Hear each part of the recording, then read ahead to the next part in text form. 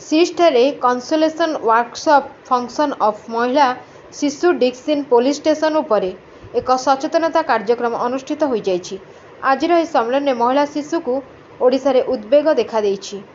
Bharat top master ରେକର୍ଡରେ ଓଡ଼ିଶାର ନାମ ରହିଛି। ଓଡ଼ିଶା ନାରୀମାନଙ୍କ ସମସ୍ୟା ଉପରେ ଆଲୋଚନା ହୋଇଥିଲା।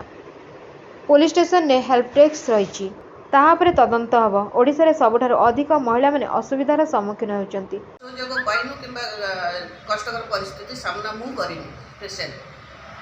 ସରକାରଙ୍କ ତରଫରୁ କିଛି ପ୍ରେସରାଇଜ୍ କରାଯାଇଛି ଏଇ କାମ କରିବା? ନାଇଁ ସେମିତି ନାହିଁ, କିଛି ନାହିଁ। ଅଲରେଡ଼ି ଗାଇଡ଼ଲାଇନ୍ସ ଅଛି କ'ଣ କ'ଣ କାମ କିଏ କରିବେ। ମହିଳା ପୋଲିସ ଷ୍ଟେସନ ହେଉ, ଏବେ ଯେଉଁ ଚାଲିଛି ଏସୋସିଏସନ୍ ସହିତ ମୁଁ 1 year ହେଲା ଟିକେ ଆସୋସିଏଟ୍ ହେଇଛି। ଏବେ ଯେଉଁ ଚାଲିଛି ମହିଳା ପୋଲିସ ଡେସ୍କ, ସେଥିପାଇଁକି ଡିଫରେଣ୍ଟ ଗାଇଡ଼ଲାଇନ୍ସ ରହିଛି। ଏଥିରେ ଇଣ୍ଟରଭେନ୍ କେହି କରିବାର ନାହିଁ, ଖାଲି ଗାଇଡ଼ାନ୍ସ ଦରକାର। ଆପଣଙ୍କର ସିନିୟର ଅଫିସରମାନଙ୍କ ପାଇଁ ଗାଇଡ଼ାନ୍ସ ଦରକାର।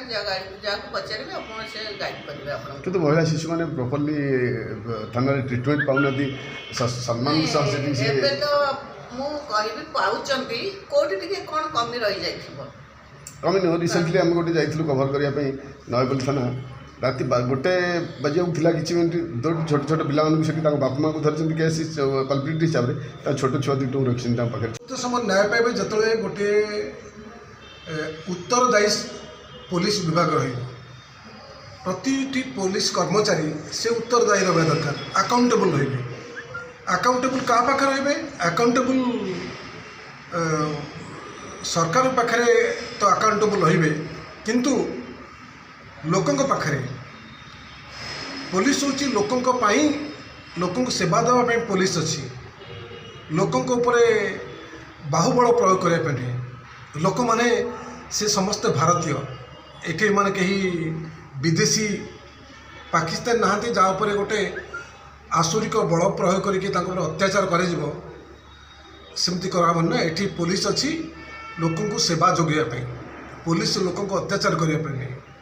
ତେଣୁ ପ୍ରଥମ କଥା ହେଉଛି ପୋଲିସ ତାଙ୍କର ଦାୟ ଦାୟିତ୍ୱ ବୁଝିବା ଦରକାର, ସେବା ମନୋବୃତ୍ତି ବି ଦରକାର ଅଛି ଏବଂ ଉତ୍ତରଦାୟୀ ରହିବେ। ତାପରେ ବଡ଼ କଥା ହେଉଛି ଯେ ଯେଉଁଠି ଯିଏ କିଛି ଭୁଲ କଲା, ଯେଉଁ ପୋଲିସ ଅଫିସର, ତା ବିରୁଦ୍ଧରେ କାର୍ଯ୍ୟାନୁଷ୍ଠାନ ହେବା ଦରକାର। ଯଦି କାର୍ଯ୍ୟାନୁଷ୍ଠାନ ନ ହୁଏ ତାହେଲେ ହେବନି। ଅନ୍ୟପଟରେ ବି ଆମେ ସାଧାରଣ ଲୋକ ଏବଂ ସରକାର ବି ବିଚାର କରିବା ଦରକାର। ଗୋଟିଏ ପୋଲିସ ସିଏ 11 ଘଣ୍ଟାରୁ 14 ଘଣ୍ଟା ଦିନକୁ କାମ କରୁଛି। ଜଣେ ଉଭୟ ଯେଉଁ ପରିସ୍ଥିତିରେ କାମ କରୁଛନ୍ତି, ଉଭୟ ଶାରୀରିକ ମାନସିକ ଚାପ ଭିତରେ କାମ କରୁଛନ୍ତି, ତାକୁ କେମିତି ସେମାନେ ପ୍ରଫେସନାଲ କରିବେ। ଜଣେ 8 ଘଣ୍ଟା କାମ କରିବ ଏବଂ ତାକୁ ବି ଲିଜର ଦରକାର, ତାକୁ ବି ମାନସିକ ସୁସ୍ଥତା ଦରକାର। ୟାକୁ ସରକାର ବି ଦେଖିବା ଦରକାର। ଆଉ ମହିଳା ପୋଲିସ ସଂଖ୍ୟା ବଢ଼ାଇବା ଦରକାର ଏବଂ ଯେଉଁଠି ଯେତେ ଆବଶ୍ୟକତା ଅନୁସାରେ ପୋଲିସ ମୁତୟନ କରିବା ଦରକାର। ମୁତୟନ ଏହି ଉଦ୍ଦେଶ୍ୟରେ ଯେ ଲୋକଙ୍କୁ କେମିତି ଅଧିକ ସେବା ଯୋଗାଇ ହେବ, କିନ୍ତୁ ଲୋକମାନଙ୍କ ଉପରେ ଚାପ ତିଆରି କରିବା ବା ତାଙ୍କ ଉପରେ ଅତ୍ୟାଚାର କରିବା ସେଥିପାଇଁ ନୁହେଁ। ଧନ୍ୟବାଦ ସାର୍। ଆବଶ୍ୟକତା ରହିଛି ଏ ଆଲୋଚନା ଚକ୍ର ମାଧ୍ୟମରେ କେବଳ ଜନସାଧାରଣ ନୁହେଁ, ଯେଉଁମାନେ ଡିଫରେଣ୍ଟ ଷ୍ଟେକ୍ ହୋଲ୍ଡର୍ସ ଅଛନ୍ତି, ଅର୍ଥାତ୍ ସରକାରୀ କର୍ମଚାରୀଙ୍କଠୁ ଆରମ୍ଭ କରି ଯେଉଁ ପୁଲିସ ପଦାଧିକାରୀ ମାନେ ଅଛନ୍ତି ଏବଂ NGO ମାନେ ଅଛନ୍ତି, ସେମାନେ କେବଳ ଆଇନ କ୍ଷେତ୍ରରେ ସଚେତନତା ଦୃଷ୍ଟିରୁ ନୁହେଁ, ଆଇନକୁ କିଭଳି ଭାବରେ ବ୍ୟବହାର କରାଯାଇପାରିବ ସେ ସମ୍ପର୍କରେ ମଧ୍ୟ ସଚେତନ ହେବେ। ଏବଂ ଆଜି ଯେଉଁ ଷ୍ଟଡି କରିବା ପାଇଁ ଷ୍ଟେକ୍ ହୋଲ୍ଡର୍ସ ମାନଙ୍କର ମିଟିଂକୁ ସେମାନେ ଡାକିଛନ୍ତି, ମୁଁ ଭାବୁଛି ଯେ ପରବର୍ତ୍ତୀ ଅବସ୍ଥାରେ ସେ ବି ଗୋଟେ ଆମ ସମସ୍ତଙ୍କ ପାଇଁ ଗୋଟେ ନୂଆ ଦିଗ ଦର୍ଶାଇବ, ଗୋଟେ ବ୍ଲୁ ପ୍ରିଣ୍ଟ ତିଆରି କରିବ। ରାଜ୍ୟ ସରକାରଙ୍କୁ ମଧ୍ୟ ତାଙ୍କର ଏ କ୍ଷେତ୍ରରେ ମଧ୍ୟ ସହାୟକ ହୋଇପାରିବ। ସାର୍ ଆଉ ଗୋଟେ ଜିନିଷ ହେଉଛି, ଏବେ ରିପୋର୍ଟ ଯାହା ଦେଖାଉଥିଲେ ସବୁଠାରୁ ଓଡ଼ିଶା ହେଉଛି ଟପ୍ରେ ପରସେଣ୍ଟେଜ୍ ଅଫ୍ ଶିଶୁ ହେଉ ବା ମହିଳାଙ୍କ କ୍ଷେତ୍ରରେ ସବୁଠାରୁ ଅଧିକା। ଆଉ ହେଲ୍ଥ ଡିସ୍ ଯେଉଁ ଅଛି ଆପଣ ଜାଣିଥିବେ, ହସ୍ପିଟାଲ ଏଇ ଯେଉଁ ମାନେ ଥାନା ମାନଙ୍କରେ ସେଇଟା ଠିକ୍ ଭାବେ କାମ ହେଉନି। ଆକୁ ଆପଣ କେମିତି ଦେଖୁଛନ୍ତି, ଯେହେତୁ ଆପଣ ଜଣେ ଭଲ ସୁନାମଧନ୍ୟ ଆଡ଼ଭୋକେଟ୍?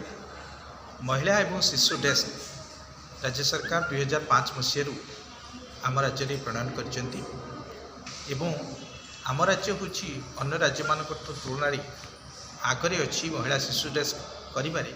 କିନ୍ତୁ ଏ ଶିଶୁ ଡେସ୍କରେ ଯେଉଁ कर्मचारी मैंने रोचंती से कर्मचारी मानकर बहुत बड़ दायित्व अच्छी जे सेमाने किभली संवेदनशील भाव में सब घटना गुड़िक देखिए किभली काउंसेलिंग सठिक भाव में हो पार किभली मकदमा रेजिस्ट्रेशन कलापर जड़े भिक्टिम बा पीड़िता महिला किभली न्याय पाई से क्षेत्र में बहुत बड़ दायित्व रही तेणु जहाँ हाथ में दायित्व निश्चित कर कंपासनेट केते संवेदनशील भाव में ये घटना को देखुंट से सबुठ बड़ गुरुत्वपूर्ण।